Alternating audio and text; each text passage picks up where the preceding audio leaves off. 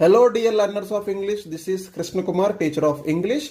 Last వీడియోస్లో మనము linkers అంటే ఏంటో చూసాము. ఓకే, అలాగే లింకర్ అంటే ఇంగ్లీష్ మాట్లాడేటప్పుడు కానీ రాసేటప్పుడు కానీ మనము సెంటెన్స్ని కలపడానికి యూజ్ చేసేవే లింకర్స్, రైటింగ్లో కానీ స్పీకింగ్లో కానీ. ఓకేనా? అలాగా ఇక్కడ కొన్ని లింకర్స్ అయితే చూద్దాము.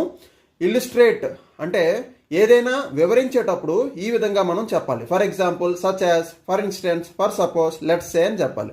అలాగే ఏదైనా కారణం చెప్పే ముందు ఈ విధంగా మనం చెప్పాలి. బికాస్ ఆఫ్, ఆ కారణం చేత, దేర్ ఫోర్ కనుక లేదా కాబట్టి, సిన్స్ కారణం చెప్పే ముందు, యాజ్ ఇది కూడా కారణం చెప్పే ముందు. అంటే I did not come to school because of fever, since I suffered from fever, as I suffered from fever. ఇలా కారణం చెప్పే ముందు యూస్ చేస్తాము. సో అంటే కాబట్టి.